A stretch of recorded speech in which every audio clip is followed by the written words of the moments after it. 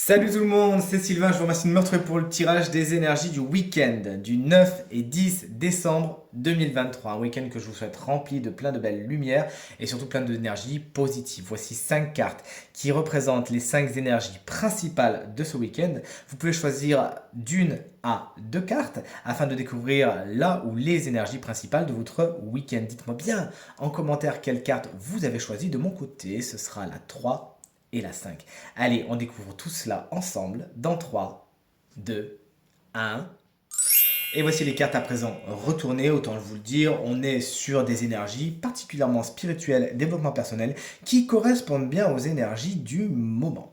Allez, si vous avez choisi la carte numéro 1, c'est la carte de l'âme. Justement aujourd'hui, de ce week-end, pardon, la spiritualité, le développement personnel pourrait être des choses particulièrement importantes. Vous êtes amené à comprendre des choses sur vous-même, analyser certains schémas de fonctionnement. Pourquoi je vis toujours la même chose, pourquoi j'attire les mêmes personnes, pourquoi je suis encore dans cette situation. Pas du tout pour vous embêter, bien au contraire, mais pour vous permettre de conscientiser quelque chose d'inconscient, de conscientiser quelque chose que vous avez besoin de dépasser, de transmuter, d'étudier, bref, de vous intéresser à vous-même. Cette carte, elle vous invite également aujourd'hui à vous intéresser à votre âme, à votre parcours d'âme, à votre mission de vie, à vous intéresser à tout cela. Une carte concrètement qui vous annonce un week-end où vous aurez affaire soit à des personnes qui sont vraiment là-dedans et qui vous donneront envie d'eux, ou soit vous-même vous vous intéresserez à tout cela. Attention, la foudre tombe si vous avez choisi la carte numéro 2. J'espère que ce ne sera pas pour de vrai, vous n'allez pas avoir la foudre qui tombe sur votre maison.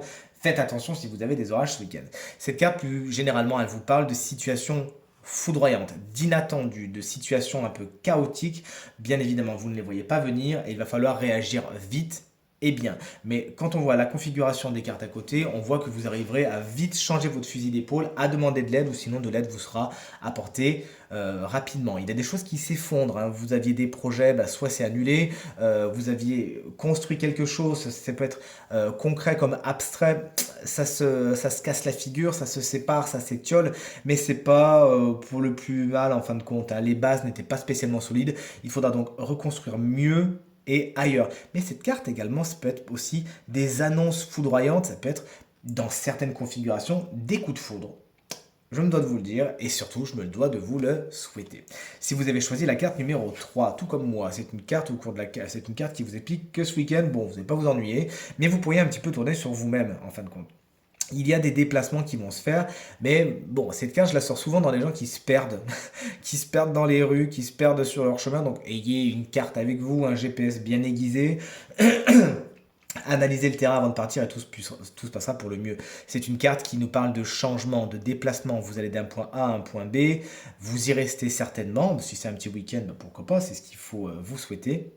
Vous déplacer. Si vous avez des nouvelles à attendre par rapport à une mutation, les nouvelles arrivent également ce week-end.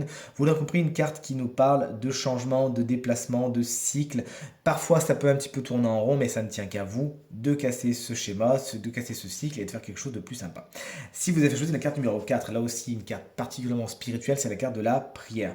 On vous invite à vous intéresser à vos vœux pour ce week-end, à vous intéresser à ce que vous demandez. Faites vos demandes à l'univers d'une façon simple, d'une façon efficace et claire, sans aucune négation. Vous connaissez la chanson sur comment faire des demandes à l'univers. Si vous ne savez pas faire, eh bien, on vous expliquera avec plaisir. N'hésitez pas à le dire en commentaire. Il s'agit vraiment de vous connecter à vos anges, de vous connecter à vos guides. Vous avez des aides dans le monde subtil qui sont à votre disposition, mais qui respectent votre libre arbitre et qui n'interviennent donc pas si vous n'en faites pas la demande, encore une fois, claire et précise. C'est une carte qui vous invite vraiment à vous tourner vers la spiritualité, vers le développement personnel. C'est des choses qui sont particulièrement importantes pour votre week-end. Et si vous avez choisi enfin la carte numéro 5, vous prenez de la hauteur. Très concrètement, cette carte peut vous annoncer une amélioration de certaines situations. Ça peut être une situation financière qui se voit améliorée par l'intermédiaire d'une prime, d'une dotation d'argent. Vous prenez plus ou moins de la hauteur avec cette carte, tout simplement. Vous voyez les choses de haut. C'est pour ça que je vous ai annoncé un week-end particulièrement développement personnel. Il y a des situations qui font que, ça peut être des situations où les choses se brisent, et après, du coup, vous devez prendre de la hauteur et faire preuve de résilience afin de voir, tiens, qu'est-ce qui s'est passé, qu'est-ce que j'ai mal fait, qu'est-ce que j'ai bien fait, comment sortir de cet engrenage si vous avez choisi la carte numéro 3 avec, tout comme moi.